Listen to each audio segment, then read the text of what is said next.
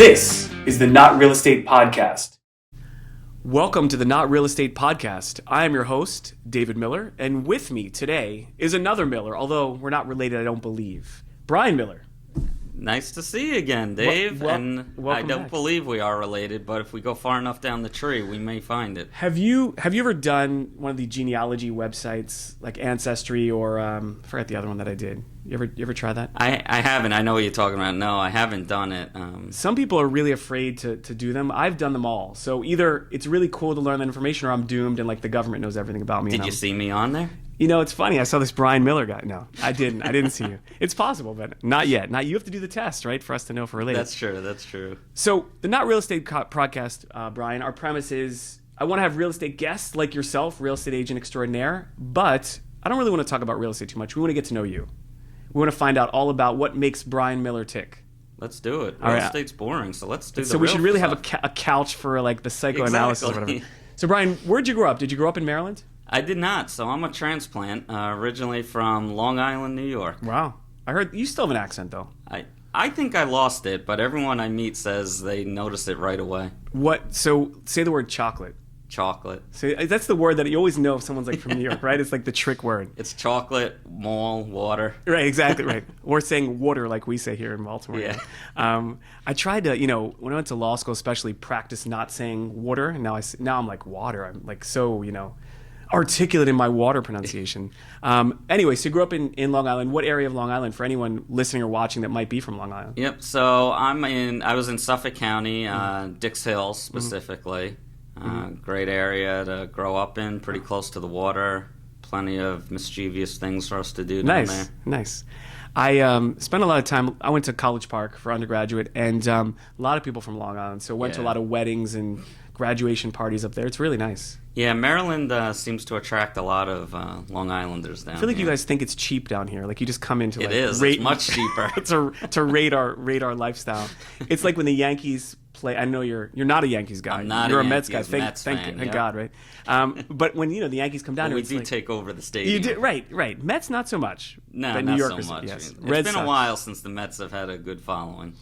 What was your earliest memories of the Mets? Like, what team do you remember following? So, the World Series team in the mid-'80s, 86? 86, yeah. I mean, it's the Darryl Strawberry, Dwight Gooden era. Wally Backman, Hernandez. Right. All the old. Great bullpen. Yeah, great time. Jesse Orosco.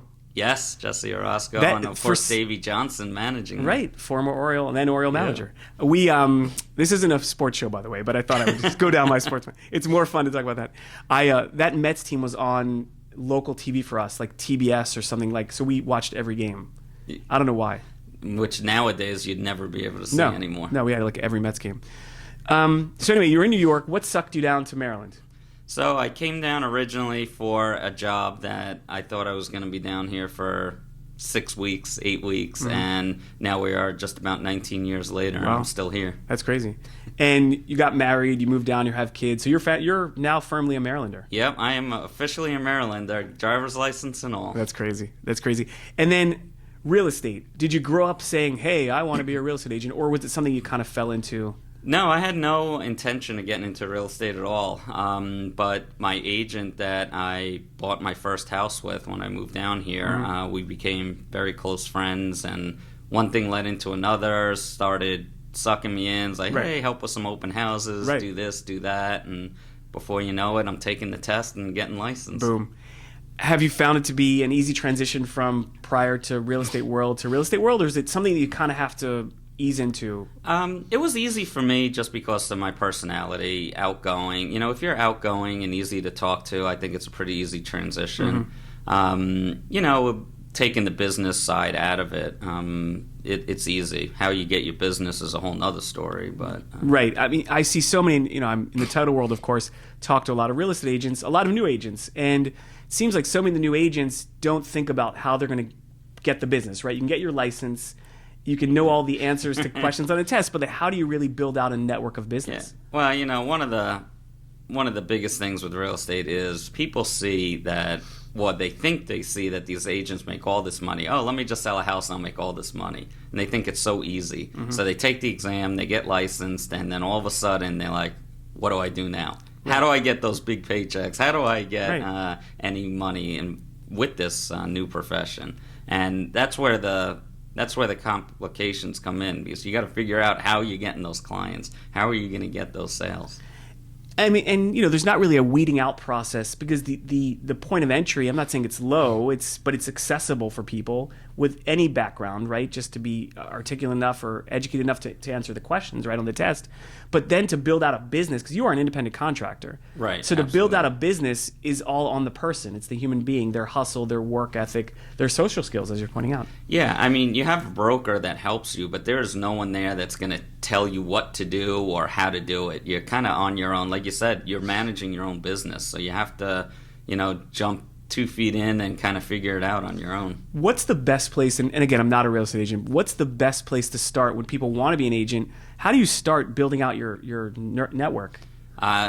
Basically, you got to just tell everybody you talk to that you do real estate. I mean, you're standing in line at the supermarket, tell them I'm a real estate agent. Right. Anyone you talk to, especially in the beginning, you just got to tell them you do real estate. Right. And sooner or later, somebody will, catch on and start the conversation further. And from what I gather, once you have that first person, you then network to their circles. Exactly. So you got to find organizations or group of people to converse with, and kind of broaden your horizons from there. One person talks to the next, which talks to the next. Right. And I assume I know you pretty well. You're a likable person, friendly, et cetera, et cetera. That only helps in just living life and talking about what you do. Absolutely. I mean, it's personality all. It's who you click with. You're spending a lot of time with an agent, or vice versa with a client.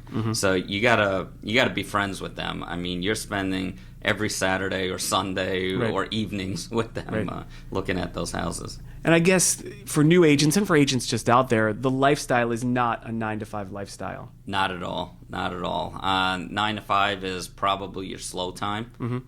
Everything starts at 5 o'clock when the rest of the world gets off from their jobs and has free time to go looking. Right. And I always talk to people when they ask me about Title World, what's it like to do that? We're supporting real estate agents, yourself and others like you, and we have to be ready to help with whether it's prelim quotes or answering questions on those off hours. Yeah. Your job's harder than mine, but I don't know I'm not sure about that, but your job's harder than mine. But yeah, I mean, like you said, it's all after what we call after hours, after 5 p.m. Which really not after hours. It's just those are the hours. No, those are our working hours. Right. After hours for the rest of the world. That's so funny. Is there, when you're an agent, do you focus on a specific area? Is there an area of Maryland, let's say, that you focus on, or is it kind of all over the state? No, so I'm licensed in Maryland and Pennsylvania. Okay. I don't really focus on one specific area. I'll go anywhere. The more flexible you are with areas, the more business you could take in, and the more successful you'll be. That's great. When you're not doing real estate, what would be your dream day? You wake up and I'm in a warm place on the beach with some cocktails in hand. Right. No, that's good. I was thinking about my dream day. What would it be? Are you a big beach guy? I am. So, when we go on vacation, it's usually to warm places, and I like to just completely just lay out and veg and either poolside or beach. That's and great. Do absolutely nothing. I always like looking at dream vacations on TV, all those travel shows or whatever, but when I get to a beach, I'm bored. Like, I don't know what to do. I could do it all day long. Just give me a towel or a chair, and you're good? I could sit there all day long. Kids and family, that's a whole nother story. They need to have the whole agenda and plans. Of course. But for you, you could just... For me, I could sit there all day long. What's the nicest beach you've ever seen, would you say? Probably down in the Caribbean, one of the saints. It was either St. Thomas, St. Martin. We went down there on a cruise, and the beaches were just beautiful. Water's crystal blue, and it's amazing when you compare. And listen, I'm not knocking the Atlantic Ocean. That's my ocean. But when you go to a place where you can see the bottom of the sand and you can see what's swimming at you, exactly, it's a much better feeling. Yeah, it was beautiful down there. I've heard plenty of places over in Europe just as good, but I haven't made it there yet. Switching back to real estate, we know that there's an inventory shortage right now. It's difficult for people to find houses, and we're speaking about Maryland specifically because that's all I know. I know that I follow news a little bit nationally, but what advice would you give to people right now for looking for houses if they're looking for their first house or even a move-up house? It's tough. So if you are out in the housing market right now, you have to be very aggressive. What we call the old school procedures are almost out the window at this point. A listing price on a house now is almost like the starting point. It's not even where you're buying the house or ending anymore. There's a lot of people that are escalating prices. There are a lot of people that are waiving contingencies. And a lot of times you only have one chance. You don't have that second opportunity to go back and change your offer. So you got to be very aggressive right from the gate and just throw all cards on the table. Right. And obviously that will shift at some point. We don't know when. It could be a while. But it's so amazing from when I bought my last house just a few years ago that I was the only offer. Yeah. And I could come in below asking price. Well, that's the thing. You used to come in and bid below or offer below and, hope to get a couple of dollars off from the list price. And now, I mean, it's rare to even see you go anywhere close to the list price at this point. And we'll be back after a word from our sponsor. This podcast is brought to you by Terrain Title and Escrow Company. Terrain Title and Escrow Company is a full-service title company handling all transactions from residential to complex commercial. Please reach us at www.terraintitle.com. For all your real estate needs, contact me directly, Bryan Miller of Cummings and Company Realtors. I service the Maryland and Pennsylvania areas, so reach out to 443-297-SOLD or 443-297-7653. Hope to talk to you soon. So, obviously, with what's going on in the world, we're coming out of COVID, if you want to say that. I don't know if are we ever out of COVID? Who knows, right? I don't think we're ever out of it. This is the new norm. I'm pretending that there's no such thing as COVID. But anyway, people looking for houses on the internet, using internet services to find houses, things of that nature. How does it differ to have that versus a real estate agent like yourself, a professional that does their thing? So obviously, with an agent like myself, we know the local laws and regulations for the areas you're looking in. We know about different covenants and what needs to be done in certain areas. Looking online or even getting some of these nationwide services, they don't tailor to you. They're licensed globally or nationally, but have no idea about local regulations, which can get pretty tricky. This is a big investment you're making, and you want to make sure that you know everything that's going on. Right. I mean, I've certainly seen, and spoke with a lot of clients, buyers, et cetera, that have used somewhat part-time agents and or agents that are, I should say, more internet-based or brokerages. They don't get the same level of services if you have someone like yourself, a professional that really is with them helping, is what I've noticed. Yeah, absolutely. So I'm what's called a full-service agent. We will walk you through the entire process. So we don't just show you a house, write a contract, and then kind of let you loose on your own. We will attend your home inspections. We will attend appraisals. We will work with the title companies, with the lenders. And, we do the whole process from beginning to end. There should really be, with the exception of the buyer talking to the lender with financials, there should really be very little involvement from the buyer. The agent should be doing most of the work for them. Right. I mean, certainly you can tell when I work with agents to tell who's quality and who's not by the way they take care of their clients, and it's evidence. And I've worked with you before that you certainly make sure that your client is not doing this on their own, right? They're really getting some absolutely. help. Again, it's a big investment, and the last thing you want to do is go into it only knowing half the information or none of the information. During COVID, my obsession was looking for ranches. So I don't know. I'm not a cowboy in any way, but. The show, you ever watch the show Yellowstone? You know about it? I know about it. I haven't watched Yellowstone. So, again, I have no history in being a cowboy, but this show is amazing. So it made me start looking for ranches in Montana. So what I do is I go online for, looking at real estate brokerages that have ranches in Montana. I mean, they're all way out of a price range. 100 acres or so? I'm looking for only 100,000 acres or more. No, but I'm not going to find it. So anyway, internet is fun to look, but really when you get down to it, having a professional is really the key. Absolutely. It's a great place to start your search and to even get ideas or look at overall areas. But once you get into actually looking for a place that you want to consider your own, I would highly, highly recommend a full-service agent. No, that makes sense. All right, so real estate agent, we know, check. You like to go to beaches, check. Absolutely. I have a really important question for you. If you had your dream meal, your dream food in front of you, what would it be? I'm not fancy, so, it would be something easy. I always go back to New York, so, it needs to be like that good New York pizza or a good New York bagel. Right. No, I mean, listen, I like the whole battle of, like, what's better, but your bagels and your pizza in New York, it's just so much better. Definitely, hands down better. And there's not many places in Maryland that can duplicate the quality of the bagel or pizza, right? The dough itself. Yeah, the bagels, I found a couple of places that have come close. Right. But the pizza, I can't find it down here. It's tough. It's tough. There's a couple that I think get closer, but like even if you go to like the worst pizza place on the fringe of New York, it's still better than our best pizza. Isn't it true? Like it's a big difference. Yeah, when I first moved down here and ran to get a piece of pizza and ate it, I was like, what is this? we just haven't learned. I remember old school being in Atlantic City, even the boardwalk at the worst place, it's still much better than the best place here. Yeah, I don't know what it is. I don't know if it's the water or what, but they can't make it down here. For me, my obsession is I really love French fries. I mean, I know it's like cliche to say, but I'm looking for like the world's best French fry. Yeah, swearing. I've had on the boardwalk in Ocean City, I've had the fries there, which are pretty amazing, good. yes. Yeah, that's probably the best I've had for fries. Most that are fresh are good. Like you can't really go wrong. Yeah. I mean, even pizza, the worst pizza is better than like, I don't know. Think of anything peanut butter sandwich. I don't know. Yeah, absolutely. I mean, you still absolutely. When I was young, and I love peanut butter sandwiches, but my parents I think they sent me a peanut butter sandwich every day for like my whole career of elementary and whatever. I'm not gonna lie, I could go for a good peanut butter and jelly sandwich. No, like I appreciate it now, but back then I was like, I'm looking to trade. I still eat them. I do like them from time to time. No, can't go wrong.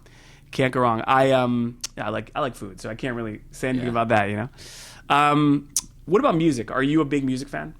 I'm not a huge music fan, but I have my music that I like. I will say I am a big Billy Joel fan. Really? So, he's the hometown. Right. Exactly. He's the hometown hero. Seen probably 15 concerts of his, over time. Just gone to a lot of them. That's not just a big fan. Like you're like enormous. Yeah, I mean, I don't travel with him, but it's always been, he's been down here in Baltimore. I've been in New York. Right. That's pretty cool. Yeah, I've never seen him in concert. My father's a piano player and musician, actually. Oh. So is my daughter. And so Billy Joel's, it's songwriter, piano player, singer. It kind of fits into what I grew up with. Great musician, and for me, he's the hometown hero. Right. So he was a big one for me. That's really cool. I don't think, do we have any hometown Baltimore area musicians? I guess there are local musicians, but that I know on a big, big level. I think the lead singer of Counting Crows is from here, from what I understand. Oh, I didn't know that. Pretty crazy, right? I saw the Counting Crows open up for the Rolling Stones. My parents took me when I was like 9 years old. That's awesome. Before they were famous, right? Yeah, so like that's Mr. awesome. Jones was like, it was coming out, but no one knew. I mean, you clapped, but you didn't really know. Yeah, you had no idea who they were. Right. It's fun to see that kind of stuff. What I realized, because my daughter's into music and musician now, how many quality musicians there are. When people say there's no quality musicians, they're wrong. It's just mainstream has changed everything. I was going to say it's changed. So back in the days, you used to have the individual singers like Billy Joel, or Bruce Springsteen, or John Bon Jovi, and they had their bands, but they were the main singers. Now it's like generally larger bands and larger groups. Right. That singer-songwriter, it happens in smaller circles, but the general Alicia Keys, for example. Yeah. But the mainstream is pushing this, the different type of format. It is. It's changed. The musicians are still there. They're all talented musicians everywhere, every school, every art school, every college, but they don't make it to the radio. Or whatever we listen to, XM, whatever we listen to nowadays. Exactly. Because some of these old school singers are still hanging on there and still putting on good performances. It's true. It's true. Yeah, I like music. I have to be in the mood for music. There's times that I just want to, you could say I'm an old man now, but I love podcasts. I'm a big fan of podcasts. But yeah, music, it certainly sets a mood, and you certainly have to be in the mood for music. Yeah, I mean, I'll listen, when I'm in the car just driving around, but I don't just sit in a room listening to just music. Hey, I want to sit here and... Yeah, well, also, at this point, as a professional, as a father, as a husband, you don't have that luxury You have anymore. no time anymore to just sit down. To sit back and... I was thinking about, someone was a person in my comedy, younger, telling me what they're going to do this weekend, and I was like, wow, that would be amazing to just sit there and do nothing. Right, do nothing. Yeah. At this point, it's up early and hit the agenda. Absolutely. No time. Nothing that you want to do. It's always for the kids or right, family. Of course. That's part of being... And that's why, you have to work hard, whether it's real estate or another profession. The common theme I've found in interviewing people recently in success is really that inner drive. And I don't know where it comes from. It could come from something that happened when you were a child, or just the need to provide, right? Men or women. Just a relentless fire that probably doesn't get put out on the weekends. Yeah, absolutely. When I moved to Maryland, I met a friend, and he used to always have the saying, which now I see is true, is like, you gotta hustle. You gotta hustle. Right. And that's what it is. I'm hustling every day, and Right. to provide for everyone else. Right. And if you set a goal and say this is enough, it really stops the fire of trying to grow, from what I found. Yeah. There's never enough, and I'm not talking financially, Right. but there's never enough drive. It will bring more financial stability, but if you, like you said, if you cut off the drive, then it just stops everything. And what's interesting to me is that, people always say to you, it's a marathon, not a sprint. But some people can sprint the marathon. Absolutely. And that's what's happening. We have younger and older people that the successful people that were around in our industry and other industries, they are sprinting the marathon. Absolutely. They're sprinting 24/7 Right. because if you stop, they're going to pick up whatever you're leaving behind. Right. And the people that just pat themselves on the back and say, hey, it's good enough. Yeah. It's not. They're leaving a lot on the table. 1,000%. Yeah. 1,000%. Bryan, I really appreciate you coming to join us today. Hopefully you had a fun time. Absolutely. Thanks It's for fun to having me talk. over. I mean, we could talk about random stuff all day. But certainly we will make sure that everyone knows how to reach you. And thanks for joining us. And thank you, everyone, for listening to the Not Real Estate Podcast.